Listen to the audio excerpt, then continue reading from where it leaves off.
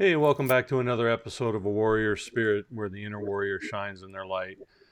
Presented to you by Praxis 33, the company that aligns with your thoughts, goals, and actions to create your best life.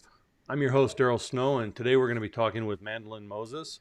Mandolin is a public speaker and an internationally published author of the upcoming book, I Am Not Your Villain, I'm Your Mother. She's a dedicated teacher, advocate, and advisor with a mission to create a world where people no longer fear themselves or others. And her goal is to empower individuals to thrive mentally, emotionally, and physically. Mandolin, I appreciate you joining me today and welcome to the show. Hi, thank you so much for having me. Mandolin, with all that I just introduced for you, powerful words, how did you get your start? Where were you born and raised? I was born and raised in Edina, Minnesota. Oh, okay. And yeah, cold country, different from Phoenix, which is I'm very happy about. I'm actually There's a very reason we don't familiar live in with Edina. Minnesota. Yeah, no, I'm actually very familiar with Edina. I grew up in Iowa, lived in Burnsville, for a long time. So I'm very familiar with Edina, and I understand why you are now in the valley. We don't shovel sunshine. How long did you stay in Minnesota? Well, we moved there when I was well, we moved out of Minnesota when I was in elementary school, and then we moved to Washington State. My dad got transferred for his job over there, so then I went to high school and middle school out in Washington State and college, and then right after college, I had a really hard time finding a job in Washington.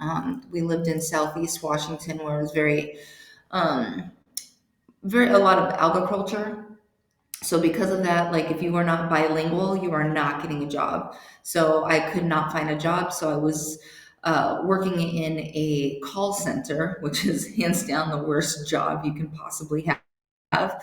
And I was like, I cannot do this anymore. I did that. And my parents out here in Arizona. So I was like, let me just come out here and visit my parents for the summer.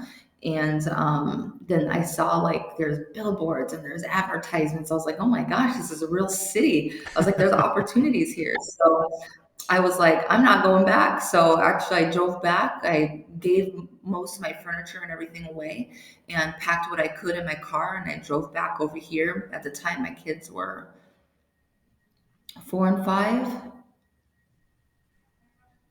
Or no, 5, yeah, 4 and 5, because they were in preschool, kindergarten, and then they did yeah, so 6, 5 and 6, I think.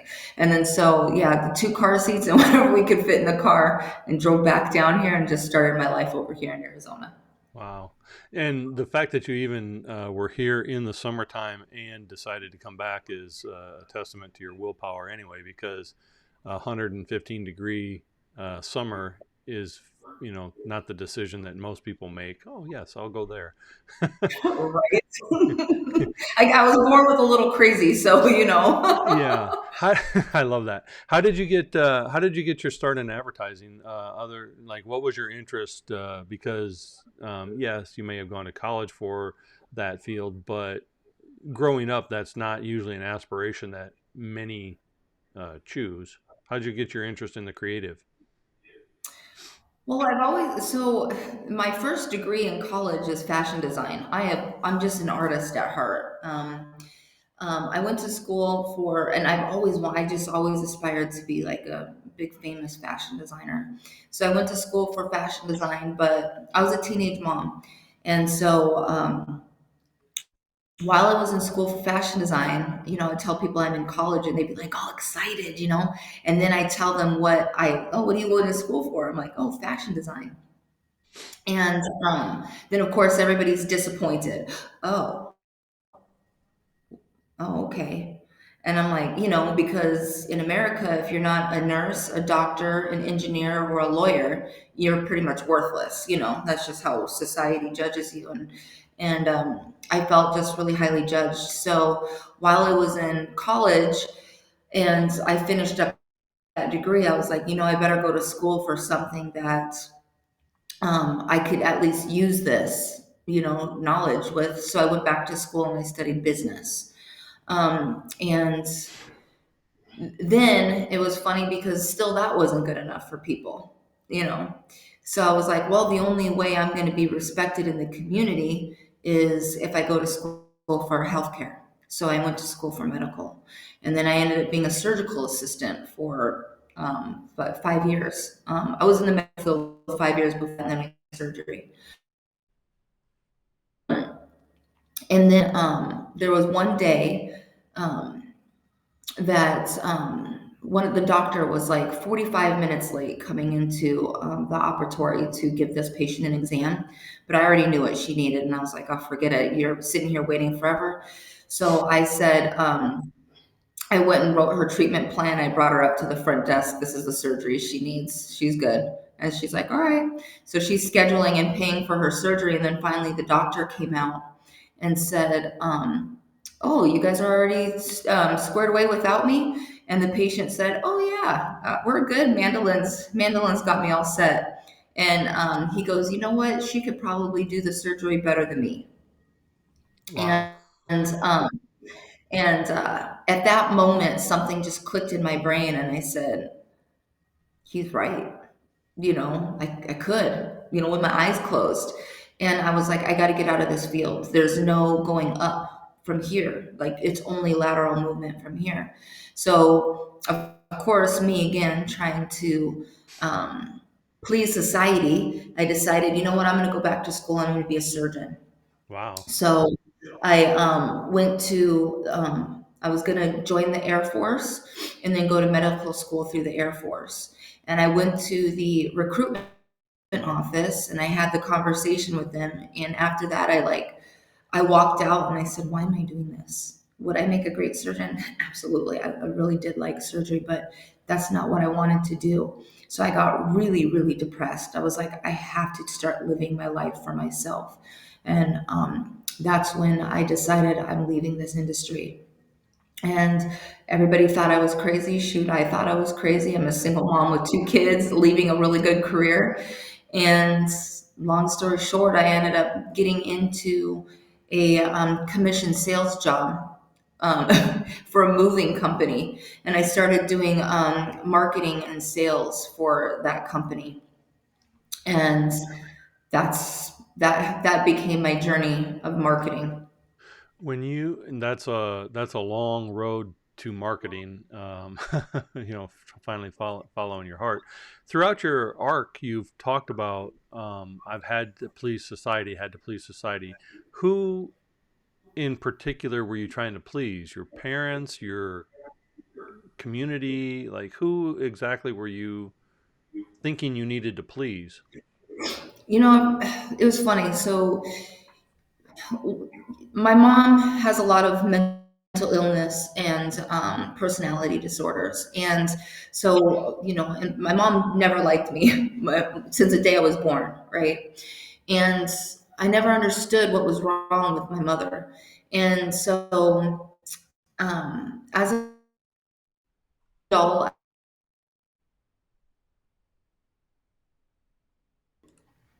Alrighty. So you were saying that as you were growing up, your mom had mental illness of some form, but didn't really like you as a child. How many children uh, are you an Four. only child? You four. Were you No, the there's four. Were you the I'm the middle? oldest. You're the No, the oldest. oldest. Hmm. Did she come around and like the rest of your siblings? Oh yeah, she loves the other kids. She just always hated me. Did you ever figure out why? Yeah, I mean, my mom. So yeah. So going back to what I was saying, so I asked my mom if I could interview her, and I wanted to understand her, why she was the way she was. And anyways, she told me, she said, ever since the day you were born, the first thing you did was look me in my eyes and you judged me, and I couldn't handle it. And I was like, that's the very first thing you think when your baby just came out of your stomach and you just rejected her because you said the baby looked you in the eyes and judged you. And Wow. for that, my mom never liked me. And So you can imagine, someone living in, a child living in a home where you're just rejected, just constantly rejected and neglected. And I suffered a lot of abuse. And so my entire life has been a mere reflection of judgment, just constant judgment, jealousy. My mom's always been very jealous of me. Always in deep competition with me. And, as a child, it makes no sense, but, when you evolve and you go through your journey, understand, you have a better understanding of this. So judgment was something that was always very present in my life. When I was 14, when I had my first child, and while I was sitting when we took her to her first well, the doctor, the doctor literally just started saying all of these things that I was meant to be. I'm going to be on welfare. I'm going to be this. I'm going to be like all of these things. And I just remember just checking out and saying, I'm never going to be what she told me I'm going to be. And so I had two kids, ended up having two kids, 14 and 16 years old, never collected a welfare check, never collected any check from the government, except health insurance. I was a teenager. I didn't need health care. But other than that, I didn't, I did everything on my own. And so that fear of judgment was something that just ruled my life. So I was constantly trying to prove they were judging me to be. So I always was trying to put on this persona of something that I wasn't, to please other people. I mean, teenage years are hard enough, especially for young girls, anyway.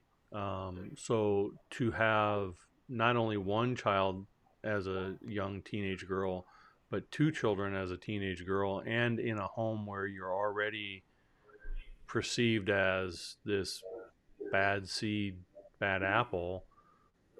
Did you raise your children in that household with your mom, or how did you survive that? No, I got legally emancipated when I was 15 years old.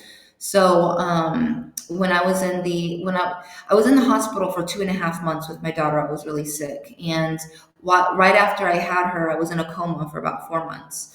Or sorry, not 4 months, 4 days. That's a big difference. Yeah.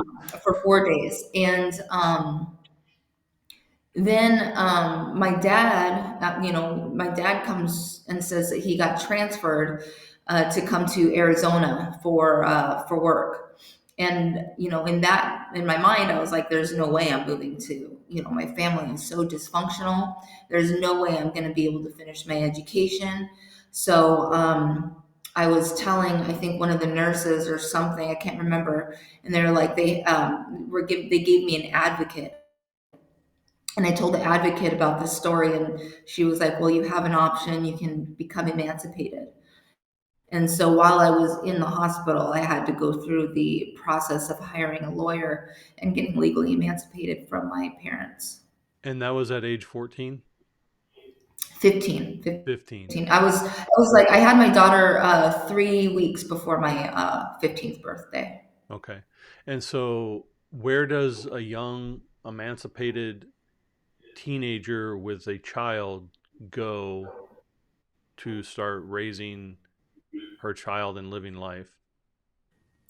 Yeah, so I ended up moving in with my kid's father and his family.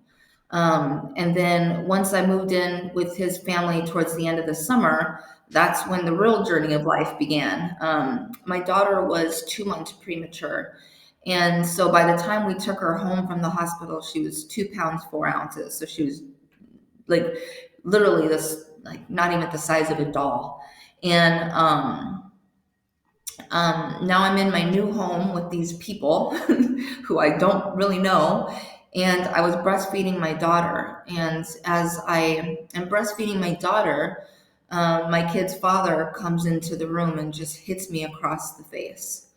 And I start screaming and crying, and my daughter starts crying. And his mom comes into the room and said, "What happened?" And I said, "He just hit me." And she said, "Well, you probably made him mad." So that was the beginning of a new journey for me.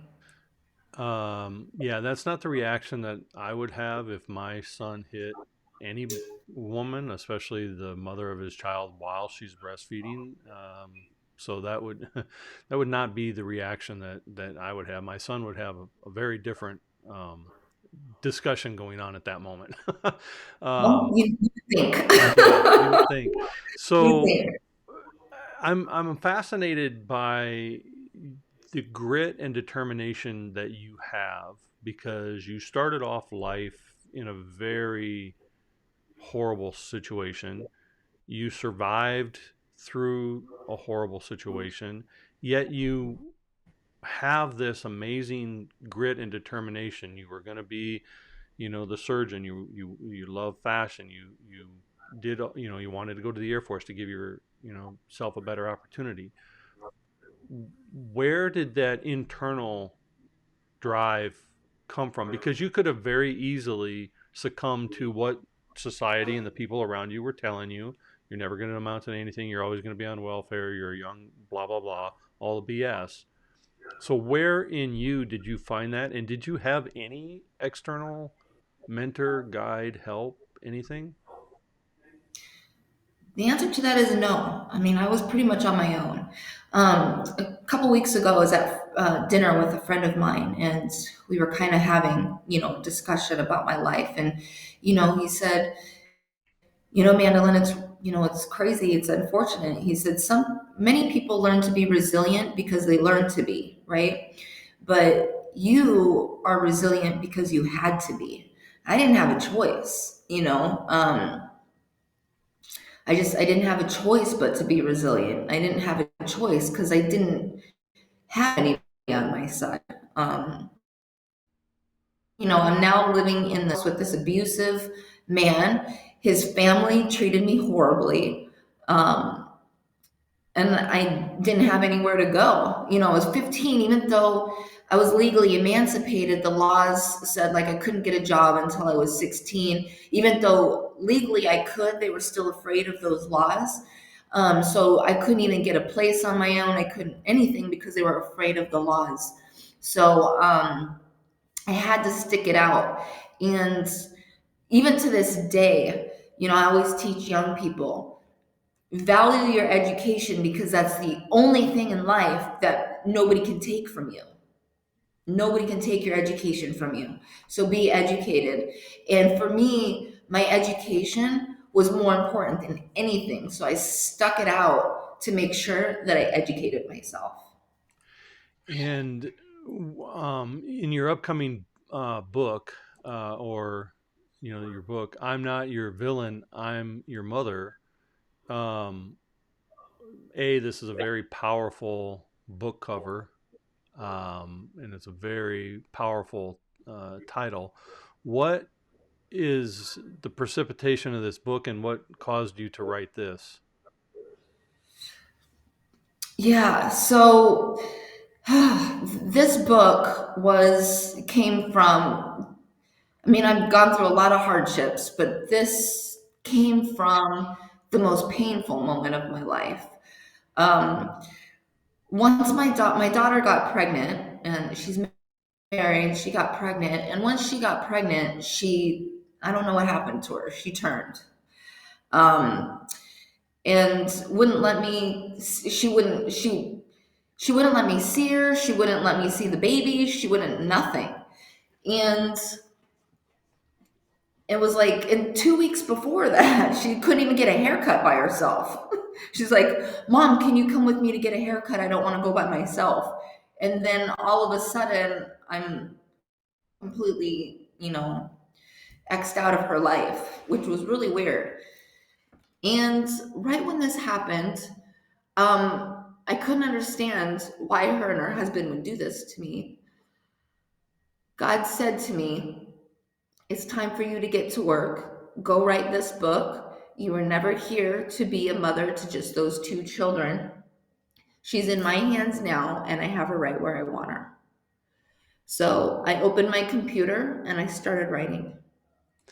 And how old were you at this time to start writing this book? And how old was your daughter when she had her child that you're talking about, your grandchild?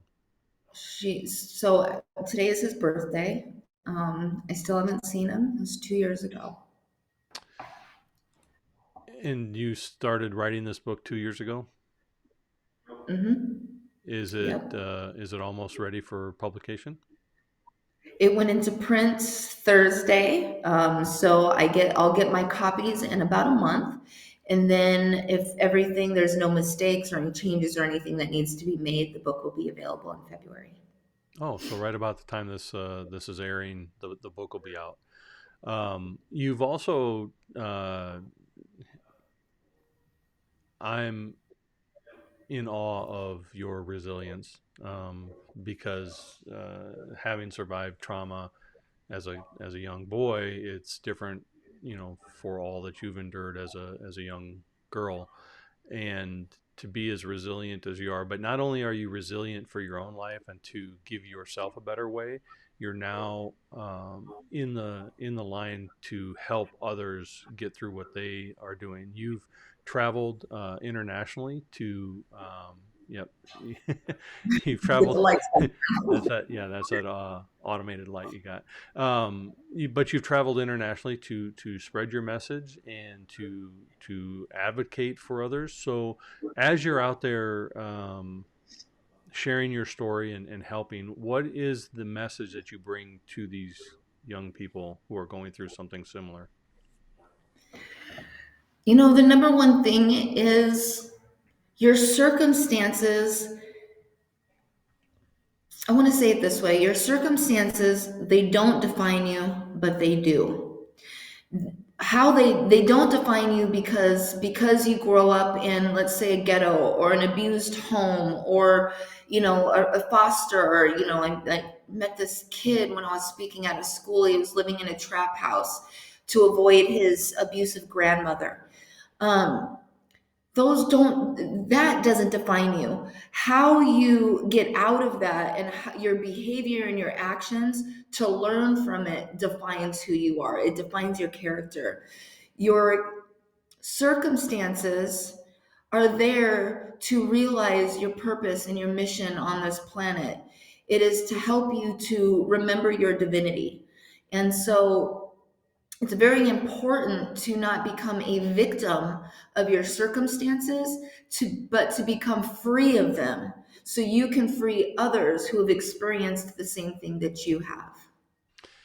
Yeah, and when I'm coaching my clients, it's one of the things that we talk about: becoming the victor over your story and not the victim of your story.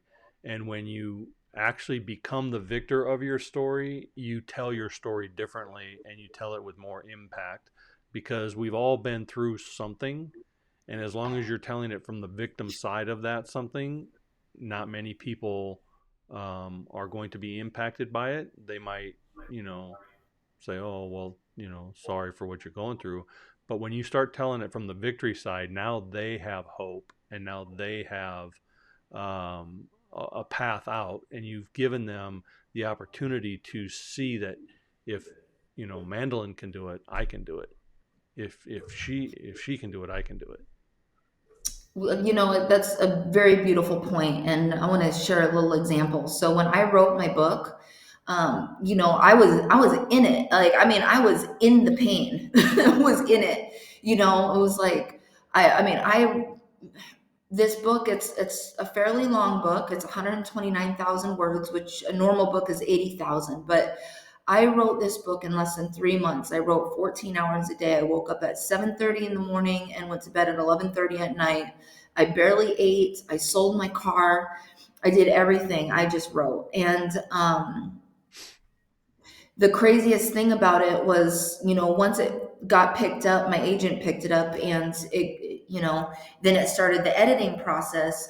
There's a particular type of style. It's Chicago manuscript style that they have to change the book.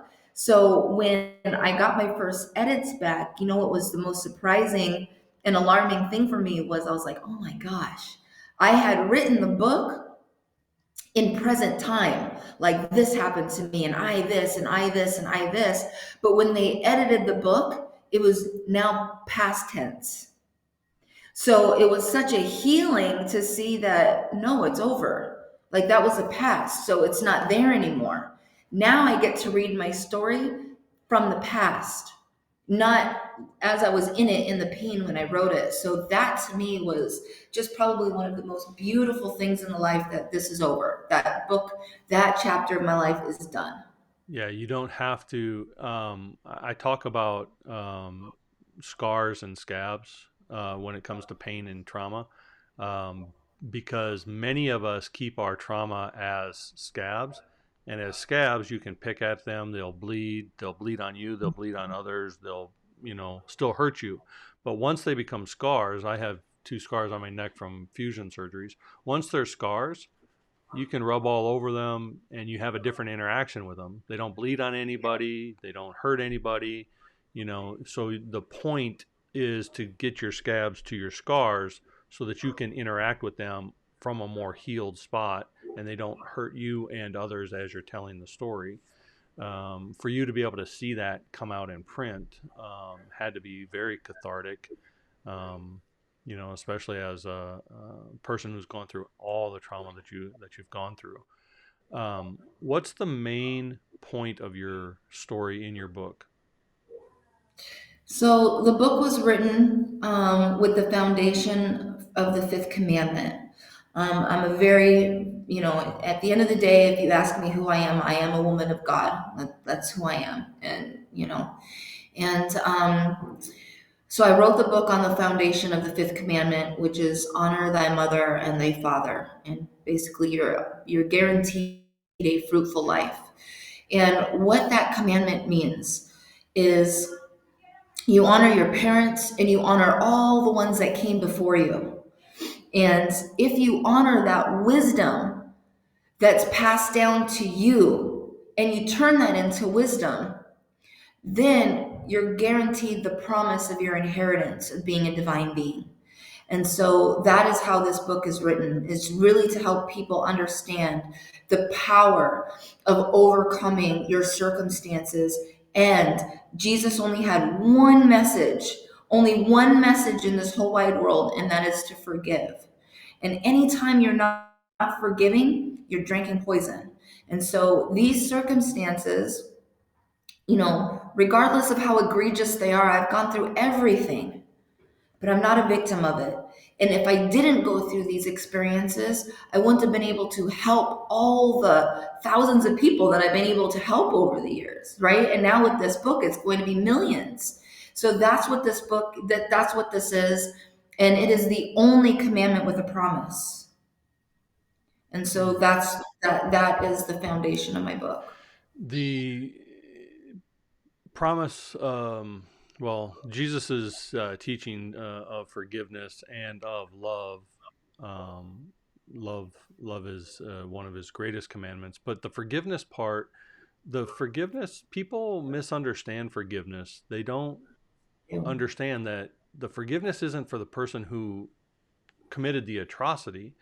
The forgiveness is so that you don't have to carry that atrocity with you for the rest of your life and have it continue to harm you. Your forgiveness of them is irrelevant of whether they're worthy or not of it, because none of us, according to scripture or Bible beliefs or whomever people might want to connect with, isn't, forgive them so that they feel better.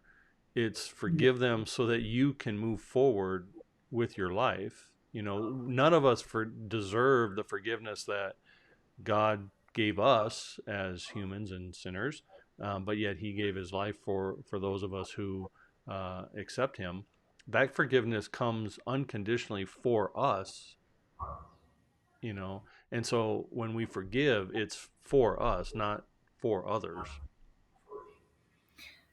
I mean, it's so true, So this summer, in June, I almost died. I had a very, very um, unexpected illness where I lost all the blood in my body. Like I had no blood left in my body. Even The doctor was like, "How the hell are you still alive?" I'm like, "I have no idea." I was like, "By the grace of God, like I shouldn't be here today."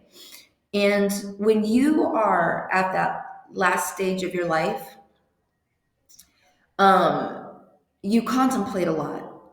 And even with, I spent my entire life under lies, my mother's lies, my abuser's lies, and then now my daughter's lies. It was like I've spent my whole life under somebody else's lies. And when I was sitting there, thinking I'm about to die, my heart stopped. I was scared to death to go to sleep because I was like, my heart could stop. I was so proud of myself. And I was actually okay if I left because I didn't have any hate in my heart. I didn't have any resentment in my heart. I didn't have any regrets in my heart. So if I would have died, I would have died in peace because And I that didn't is leave anything undone. and that's a place that many don't get to. Knowing, and you're super young. So it doesn't matter what age you are. Not many people get to a spot where they're at peace knowing that they did all they could on this earth while they were on this earth and to live the life they were meant to live. So that, that's a fantastic spot to be in. Thankfully, selfishly, you're still here. And did the doctors ever determine what caused this issue for you? I mean, I'll be honest. I believe very well what this was, but no. I mean, the doctors are baffled. So ironically, I got sick June 4th, and then on December 4th of 24, I got a clean bill of health, and for some reason I ended up having 5 transfusions, and then the last one I had was about 3 weeks ago, and I ended up gaining 2.5 bags of blood, 2.5 liters of blood, and the doctor's like, I don't even know how you did that. That's almost impossible. um, but I believe what happened was, um, this was a spiritual blood transfusion. I had done so much work on myself. I had done so much work clearing out my bloodline that my body was like, it's time to remove this blood, you know? That And now I regenerated brand new blood from like every ounce of blood that's in my body right now is brand new regenerated blood. Wow, that's spectacular. And knowing that as your truth, and I totally believe in what you're saying because I have that same spiritual connection and belief that you're talking about. So I believe it. You were transformed. How does the new Mandolin feel from how you felt prior to that occurring?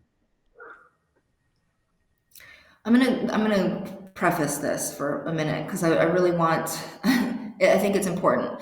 So back in in May, I went to St. Lucia for about a month, and before that, I was juggling so much stuff, and it was really funny because right before I went to St. Lucia, I had a premonition, and I was like, I think I'm gonna die.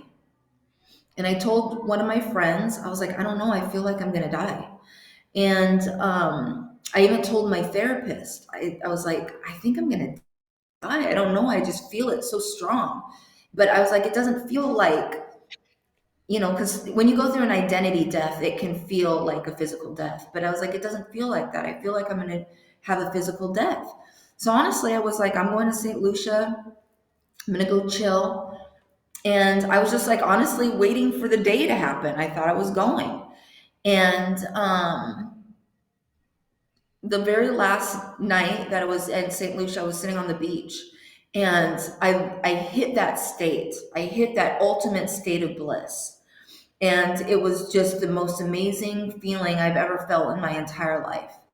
And I'm just sitting there, just in the sand and in the ocean. And I was like, man, this is how I wanted to die. I wanted to die by myself in the ocean. I didn't need, I didn't want, I didn't feel a thing, just nothing but bliss. And an ocean wave could have swept me up and I would have been totally okay. And I hear this voice, and the voice said, don't ever lose this feeling. And then I just thought, I was like, why would I ever lose this feeling? This is the greatest feeling of my entire life, right? And then I didn't die, but then I get on the airplane and I was like, well, is the plane gonna crash?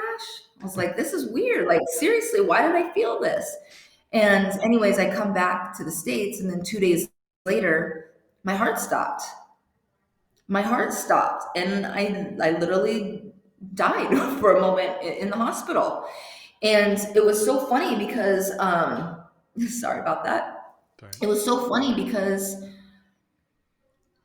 as I'm sitting there, the only reason, if I wouldn't have gone to so I was going to go to Greece for the summer. I was like, I just want to go to Greece for the summer. But I was like, before I go to Greece, I need to go get some blood work done. I haven't gotten blood work done in a while. So I went to go get blood work. And I was a little jet lagged, so I was going to be in bed. But my publisher had sent me edits for my book. And just to stay on timeline, once they get it, that's priority. You drop everything and you make sure that you get that done so you stay on deadline. So I was up editing my book, and I was about to go to bed, and I pick up my phone and I pick up my computer, and my phone is like blown up with messages or from calls. And it happened to be my doctor, basically saying, and he called me, he was like, dude, you need to go to the hospital right now. You're about to have a heart attack. And I was like, do you have the right phone number? He's like, am I talking to Mandolin Moses? And I said, yeah. He's like, I have the right phone number. Get to the hospital right now. You're about to have a heart attack. And I was like, okay. So, anyways, at the whole point of my life, I believe, was to write this book. Because the only thing after when I'm sitting there in the hospital, the only thing that I felt that was left unfinished was this book. And I heard, you got to come back and get this book out. And I was like, and that was that's the only thing that kept me alive, my spirit alive over this last 6 months was the book. And me editing the book is the only reason I didn't have a heart attack. I love the connection you have with God, because God is using you for bigger things than Mandolin Moses could ever imagine. And it's ironic that your last name is Moses, because I often refer back to Moses when I talk to people about spirituality, because um, people think that they're not worthy based on their own sins and their own trauma and their own darkness. But Moses was a murderer, and yet he's one of the greatest figures in the Bible.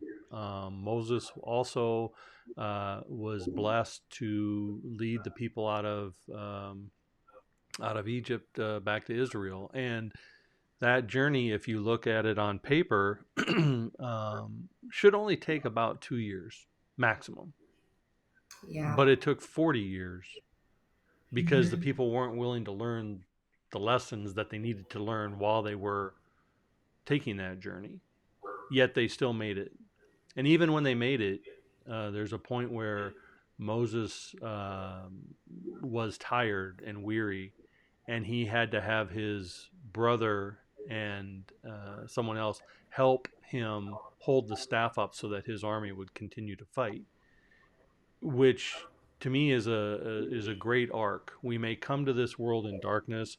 God has a purpose for our life that we would never even imagine, and in some time along the way, we still need to be held up and lean on others. And in your case, I believe you leaned on this book to follow your journey into the promised land for whatever God has in store for you coming up. I truly believe that greatness you're at the beginning of your journey, not the end of your journey, is my true belief for you. I appreciate that. I believe that as well. I feel like, the previous 42 years of my life has been warrior training. I've been like, you know, it's going back to what I was saying before, your circumstances, they do define your character. And most people that have gone through what I have gone through, it would be naturally justified, if I was living this story that, this stereotype would pin on me, and it would be justified coming from a, abusive home and a very abusive relationship, two children. But God was testing me the entire time, not only on my resilience and endurance, but my faith. Because when you are in these certain situations that are extremely traumatic and extremely painful, you don't have anything but faith. You've got nothing. And if you don't follow that faith, then you perish. And this is where people stay in victimhood. This is why you see people that don't rise from their circumstances because they've lost faith. And for years, I've been contemplating this word hope for years and years and years, because people love to use the word hope. And having this sense of hope drives people to achieve things. But I never really believed in hope because I felt it was false. I felt hope was a false security. And then one day I was like, it's not hope. Hoping and wishing for something doesn't really give us results. But faith and the surrender in faith gives us everything. So I don't believe in hope. I believe in faith because faith is what's gotten me through everything that I've lived through.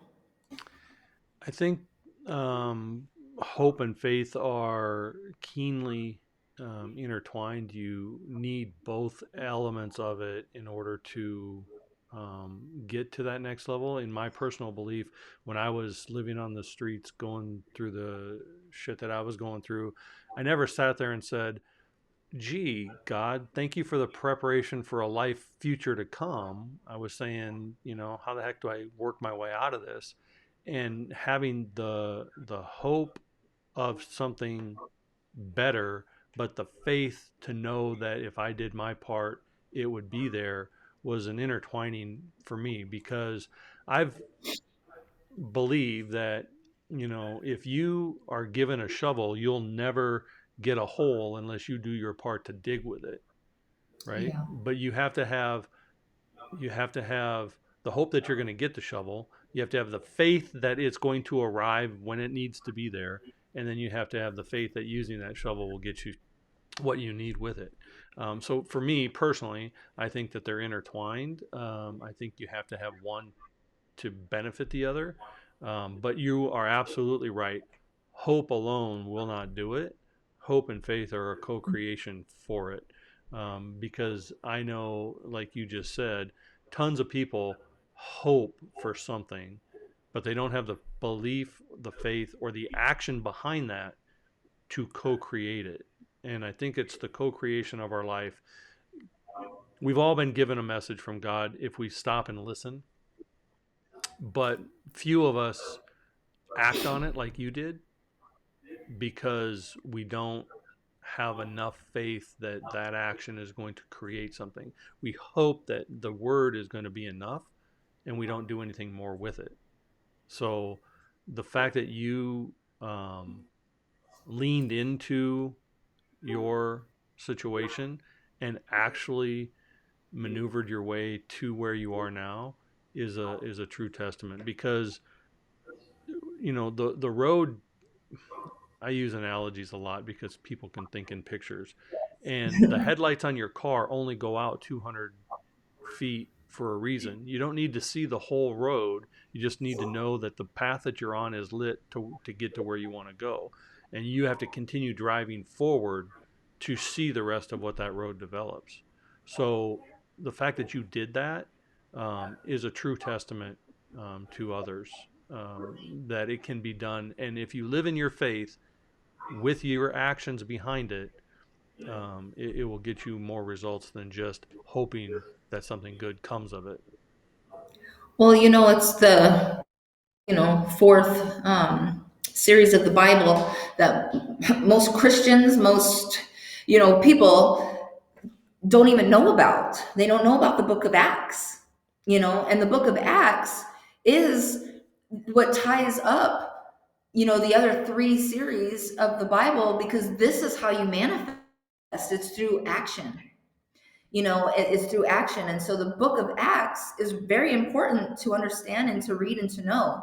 And I want to give an example. This happened just recently. So with the stuff that happened with me with my daughter, you know, my daughter had said just the most hurtful thing to me, and it stung like crazy. I've suffered a lot of abuse, but this was the worst. She said to me, "Don't you think you're so special just because everybody likes you?" And I was like, "What? Why do you want people to hate your mother? Like, I don't get that. I don't understand that." And so for the last 2 years, my brain has been trying to connect the dots into me believing her story about me. And I was like, well, I must have been a horrible mother. But then my brain is like, no, you weren't. You freaking sacrificed everything for these children. You fought your whole family when they were trying to force you to have an abortion. You gave your kids an amazing life. We went on vacations.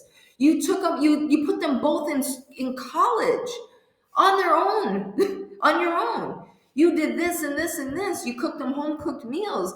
You went to school. You did all this stuff. And I'm like, but to get what she did to me, I must have been horrible. So I was holding on to this, trying to convince myself that it was everything that she told me I was. And I realized the reason why I was dying, because anemia, I have very, very severe anemia, represents, I believe in somatic healing, and anemia represents not having any joy in your life. And my daughter had sucked that joy from me. And I was like, I have to get over this or I'm going to die. I only have two options either to die or get over this. So I said, I got to get over it. And so I work with this practitioner who does a healing modality called the emotion code. And I've been working with him for about 2 years. And I messaged him and I said, send me an invoice. I need a healing. Swear to God, couple hours later, like that was in the morning, and then 3 o'clock in the afternoon, I meet this guy. He's a very prominent business owner, and I'm a geek when it comes to business. I love business. So him and I are talking about business and stuff for about 30 minutes. I just randomly met this guy, and he said, thank you so much. This has been one of the best conversations I've ever had. And he pulls out of his pocket $100 bill, and he gives me $100 bill. And I was like, what's this for? He said, thank you for the conversation. Hands me the $100 bill. 30 seconds after I said goodbye to that guy, Matthew, my practitioner, sends me a text message. I just sent you your invoice. I opened up my email. Guess how much that invoice was? It's $100. It was $100. Yep. And I gladly gave that $100 bill to Matthew. Yeah. Serendipity is not serendipitous when you understand the divine intervention that occurs in our life. The signs are everywhere if people want to open their eyes to them and believe them. So I am amused. I'm sitting here with a smile on my face because that's a normal thing in my life. I see it all the time, every day. So to hear it in others, it just makes me smile because I know God's working. You know, they say God works in mysterious ways. He does. It's not as mysterious when you lean into your faith and believe that it's the possible. You know, so I totally I'm sitting here smiling for you. So Well, um, it's when you take that action. You know what I mean? It was like when you take that action with the intention and the will behind it, that's when the universe co-conspires with you, right? Co-collaborates with you. And this is what we were just talking about, that hope thing. When you're just sitting there hoping and wishing, oh, I just really hope I'm going to get $1 million or a new car or a new job or a new husband or a new wife or blah, I'm just going to sit here and hope. And you're just like thinking that just your hoping is going to bring all of this in. And you're right. It's the faith. Okay, this is going to happen. What do I need to do next to show the universe that I'm ready to receive this? And then you take that divine action, and then the universe is like, okay, you showed up for me. I'm going to show up for you. Absolutely. Yeah, it's the the secret was hugely widely popular years ago, and one of the things that I believe it fell short on was the action part. It Mm-hmm. led people to believe that hoping and wishing and saying blind affirmations alone was enough because it's that action part. I heard a preacher say once, and this has always stuck with me since I heard it. He said, many people are waiting on God, but what if God is waiting on you? It's a beautiful quote. It's that co creation action part. And if you can't do well with little, you aren't going to be worthy of a lot. You have to be grateful, joyful, and abundant in your action with where you are in order to receive greater, because it's through that action that your abundance in whatever it is going to be tamped down and tenfold over. So the co-creation of our life, it's one of the reasons it's a pillar in Praxis 33. I named my company Praxis 33 because Praxis is the integration of thought and action, and 33 is an angel number of abundance and prosperity. So you have to have the thought, the action, and then the interjection of the universe to make it the abundance. Um, so what's now on the next horizon? Because you're already an international speaker. You're, by the time this comes out, going to be a published author. You've already changed thousands of people's lives with just your life story and what you've done. What's next on the plate for this new Mandolin Moses? I wish I even knew. To be honest, one of the things that is different in my life, that changed many years ago, is I'm a servant of God. And oftentimes I don't know what that even means. God puts me in these situations, and puts these people in front of me. And I'm like, okay, well, this is okay, this is interesting. And so, whatever it is that God asks me to do, I do. I've only got one job, and I've only got one employer, and that employer is God, and I'm here to serve his people. And so, whatever that looks like. So one of the things that I know that looks like is, for the last 2 years I've been working on my startup, and I created what I call they're called sovereignty homes, and we invented a house that is made out of all recyclable and renewable materials that generates its own water, energy, food, and fuel. And so this is my absolute passion and life's work.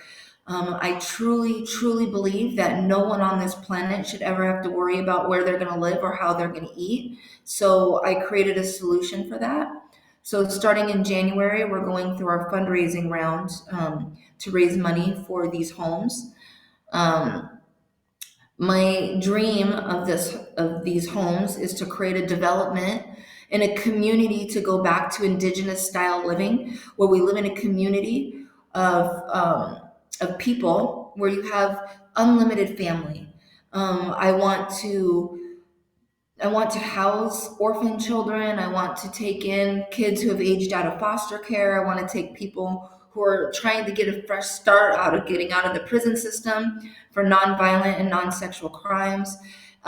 Teach them entrepreneurship and give them a family. So that's that.